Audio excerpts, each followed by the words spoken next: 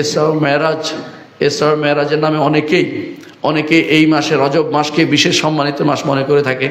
না, ইসরা ও মেরাজের জন্য সেটা সম্মানিত না, বরং ইসরা ও মেরাজ রজব মাসে মানুষ এর আগে ওমরা করতো, কেউ যদি ওমরা করতে যেতে পারে এটা নিষিদ্ধ না, কারণ এটা ওমরা আগ থেকে চলে আসছে যে এই মাসে মানুষ ওমরা করতো কেন, কারণ মাঝখানে এরপরে আবার রমজানে যেত, সাধারণত সব সময় যাওয়া সম্ভব হয় না, এই মাসে আগ থেকে মানুষ ওমরায় যেত, কিন্তু বিশেষ কোনো ফজিলত আসেনি, বিশেষ কোনো ফজিলত আসেনি।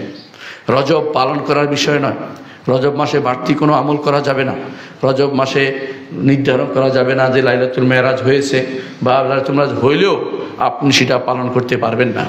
এই জন্য ইমামরা যুগে যুগে রজব মাস পালনকে বেদাত বলেছেন।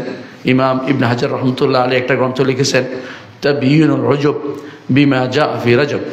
এই গ্রন্থে তিনি বর্ণনাগুলি সবগুলি এনে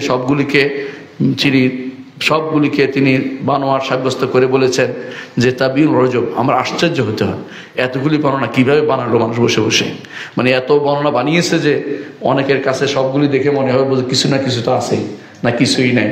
রজব মাসে কোনো আবাদতের কোনো কিছুই নাই, রজব মাসে কিছু অতিরিক্ত আবাদত করবেন না, যে আবাদত অন্য মাসে করবেন সে আবাদতেই এই মাসে করবেন, রজব মাসকে আবাদতের জন্য নির্ধারণ করা যাবে না।